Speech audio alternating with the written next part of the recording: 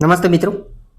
સારા એવા fundamental strong stock પસંદ કરેલા પોર્ટફોલિયોની અંદર પણ સારું એવું પ્રોફિટ બુકિંગ જોવા મળી રહ્યું છે કે સાથે સારું એવું કરેક્શન છે. એની સાથે સાથે જોઈએ તો સારા એવા બિઝનેસથી બિલોંગ કરતી કંપનીઓ પણ છે કે જેની અંદર સારું એવું કરેક્શન જોવા મળ્યું છે.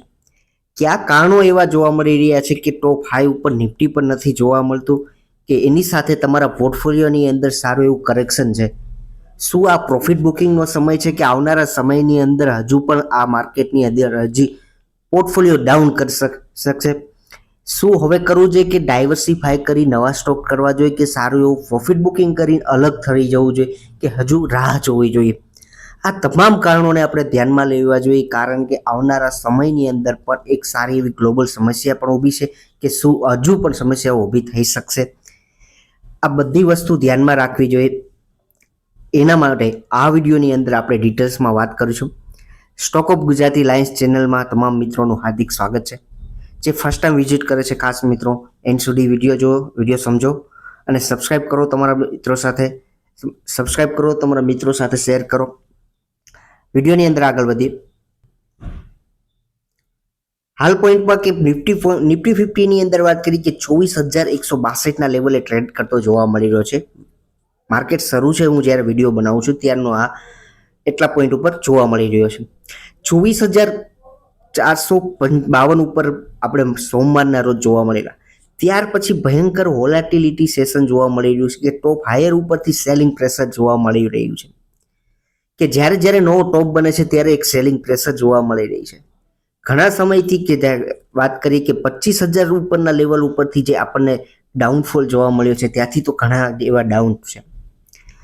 સારી એવી ખરીદીનો સમય પણ જોવા મળી રહ્યો છે કે અલગ અલગ ક્ષેત્રની અંદર સારો એવો ડાઉનફોલ છે કે જે 52 વીકના લો ઉપર ટ્રેડ કરી રહ્યા છે કે આવનારા સમયની અંદર પણ એ શેરોની અંદર તેજી જોવા મળે. પણ જ્યારે ખાસ કરીને એવી પરિસ્થિતિ જે ઊભી થઈ ગઈ છે કે જેની અંદર છેલ્લા 2 દિવસની અંદર ઘણા એવા ટેન્શન જેવા માહોલ જોવા મળી રહ્યા હતા કે જેની અંદર વાત કરીએ કે જેમાં હિન્ડનબર્ગ અને અદાણી એની સાથે કનેક્શન હતું. એમાં નવો રૂપ કે જેની અંદર માધવપુરી બુચનું પણ જે સેબીના નું પણ જોવા મળ્યું. હવે વાત એ છે કે હાલની અંદર પણ એ પરિસ્થિતિ જોવા મળી રહી છે કે એમાં ક્લિયરિટી જોવા મળતી નથી કે જે આવનારા સમયની અંદર માર્કેટની અંદર નવો બૂસ્ટ જોવા મળી શકે. આ એક પોઈન્ટ પણ આપણે ધ્યાનમાં લેવું જોઈએ. આ વીકને ધ્યાનમાં લઈ આને ઇગ્નોર કરવા જોઈએ કે આ મુદ્દા ઉપર પણ આ માર્કેટ એક કંઈક સચેત કરતું હોય કે ધ્યાન દોરતું હોય. આ સિવાય ડોમેસ્ટિક આ મુદ્દો છે, એની સિવાય પણ એક ગ્લોબલી એક પરિસ્થિતિ ચાલુ જોવા મળી રહી છે કે ઇઝરાયલ હમાસ વોરના ગમે ત્યારે પણ ગમે એવા ન્યૂઝ પણ જોવા મળી શકે. હાલની અંદર ઘણા સમયથી પણ આ વોર શરૂ છે, પણ અપડાઉન જે કાંઈ ન્યૂઝ જોવા મળી રહ્યા છે આપણને એ પણ ધ્યાનમાં લેવા જોઈએ કે આવનારી પરિસ્થિતિને ધ્યાનમાં લઈને પણ એકી સાથે કોઈ પણ ઇન્વેસ્ટમેન્ટ કરવું કે ના કરવું એ પણ ધ્યાન રાખવું જોઈએ, કારણ કે ગમે ત્યારે ગમે એ ન્યૂઝ પણ આવી શકે છે.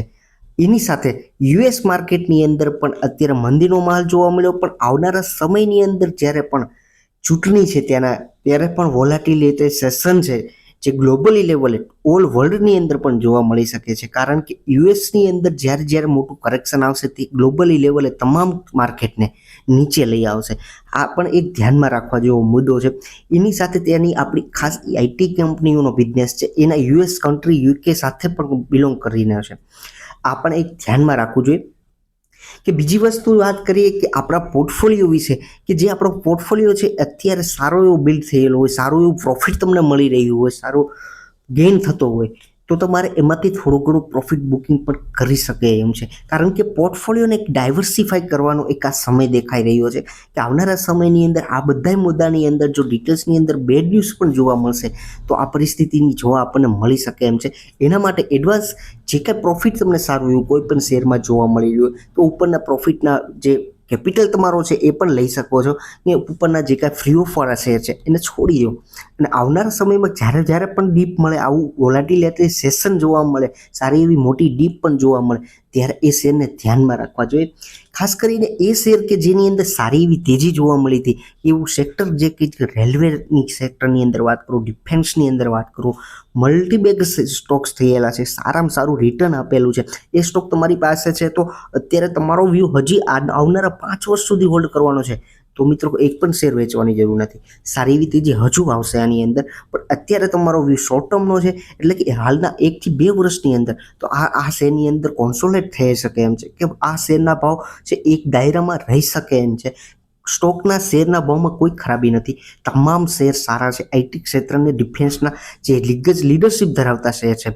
એ સિવાય બીજા શેરની અંદર વાત કરીએ કે જે પાવર સ્ટોકની અંદર તૂફાની તેજી જોવા મળી હતી, સારા એવા મલ્ટીબેગર સ્ટોક ઘણા જોવા મળ્યા કે એની સાથે પીએસયુ સ્ટોકની પણ કમ્પેરિઝન તમે કરી શકો કે જેની અંદર અલગ અલગ ક્ષેત્રની અંદર સારી એવી કંપનીઓની અંદર પણ તેજી જોવા મળી કે હાલ પૂરતા પણ આ જે બજેટનું ઇવેન્ટ હતું, ઇલેક્શન હતું, એ તમામ ઇવેન્ટો પૂરા થઈ ગયા છે. આવનારા સમયની અંદર જો ડાયવર્સિફાઈ નહીં કરો તમારા પોર્ટફોલિયો તો જેવી રીતે તમારો પોર્ટફોલિયો ગ્રો થતો હતો એની અંદર થોડીક એક ડીપ પણ મળી શકે એમ છે.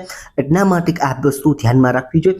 સાથે એ વસ્તુ પણ જરૂરી છે, હવે પછી ડાયવર્સિફાઈ કર્યા પછી ક્યાંક ક્ષેત્રની અંદર ઝંપલાવું કે કયું ક્ષેત્ર એવું કહી શકીએ કે જેની અંદર તેજી જોવા મળી શકે એવું લાગી રહ્યું છે કે મારી દ્રષ્ટિએ એવું લાગી રહ્યું કે જ્યારે આવનારા સમયની અંદર યુએસમાં સપ્ટેમ્બર મહિનાની અંદર જો રેટ કટ થશે તો એક સારો એવો બિઝનેસ આઈટી ક્ષેત્રની કંપનીઓને જોવા મળશે કે એને બેનિફિટ એક સારો એવો થતો જોવા મળશે કે એની અંદર ઘણી કંપનીઓ છે કે જે સારી એવી તેજી જોવા મળશે. એમાં લીડરશિપની અંદર વાત કરું તો Infosys, TCS, HCL tech Mahindra, LTTS, આ સાથે મિડકેપ ક્ષેત્રની કંપની પકડવા ઈચ્છતા હોય તો એમ્ફેસિસ છે, પર્સિસ્ટન્ટ સિસ્ટમ છે, બિરલાસોફ્ટ છે, ટાટા એલેક્સી છે, કોફોર્જ, અફેલ ઇન્ડિયા.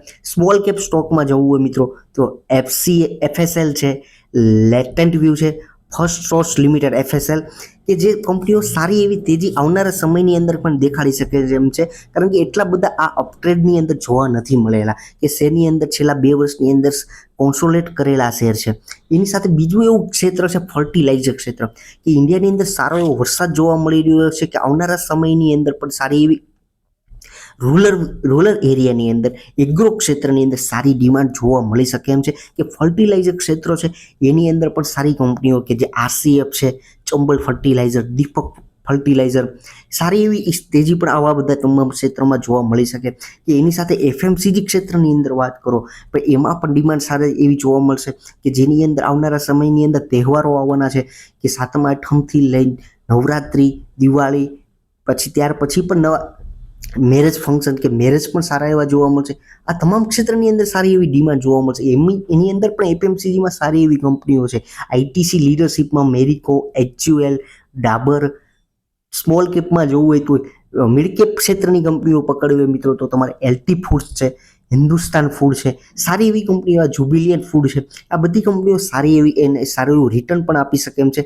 થોડી એવી તેજી FMCGમાં પણ જોવા મળી છે એટલે ચેસ કરવામાં એક ધ્યાનમાં જવું. એ સિવાયના બીજા ક્ષેત્રની અંદર વાત કરીએ કે જે IT ક્ષેત્ર અને કેમિકલ ક્ષેત્રના તમામ વિડીયો કે જે ક્ષેત્રની તમામ કંપનીઓ, મોટાભાગની કંપનીઓ અમારા છેલ્લા 2 મહિનાથી મારા વિડીયો કવર કરી રહ્યો છું કે આ બધી કંપનીઓ ઘણી સસ્તી મળી રહી છે કે સારા એવા ભાવમાં તમે ચેસ કરીને SIP થ્રુ પણ સારી એવી કંપનીઓ લઈ શકો એમ છો. એમાં કેમિકલની અંદર વાત કરું તો સારી મલ્ટીબેગર બની ગયેલી કંપનીઓ, દીપક નાઇટ્રેટ, સારું એવું રિઝલ્ટ એનું જોવા મળ્યું. વિનાતી ઓર્ગેનિક, SRF છે, સુમિતો કેમિકલ, જુબિલિયન્ટ ઇન્ગ્રેવિયાની વાત કરો, સારી એવી તેજી પણ એમાં જોવા મળી શકે. આ ક્ષેત્ર ઘણું સસ્તું છે અને ઘણું મલ્ટીબેગર સારું એવું રિટર્ન જે કમાઈને કરોડોપતિ બનાવેલા શેર હોય તો એક કેમિકલ ક્ષેત્ર.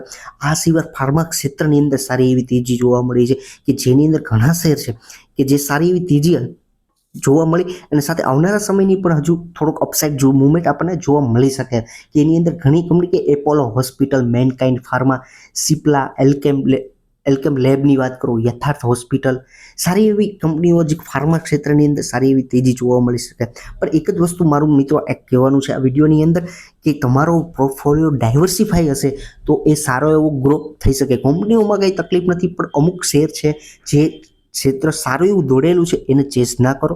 જે ક્ષેત્રની અંદર આવનારા સમયની અંદર તેજી બનવી સંભવ છે એ ક્ષેત્રને પકડો અને ધીમે ધીમે ડાયવર્સિફાઈડ પોર્ટફોલિયો રાખો, જેથી કરીને સારી એવી તેજીમાં સારો એવો બિલ્ડ થઈ શકશે પોર્ટફોલિયો, સારું એવું રિટર્ન તમે કમાઈ શકશો. એન્ડ સુધી વિડીયો જોવા માટે તમામ મિત્રોનો ખૂબ ખૂબ આભાર. એન્ડ સુધી વિડીયો જોયો છો મિત્રો, સબસ્ક્રાઇબ કરવાનું ના ભૂલતા અને તમારા મિત્રો સાથે શેર કરવાનું ના ભૂલતા. Thank you.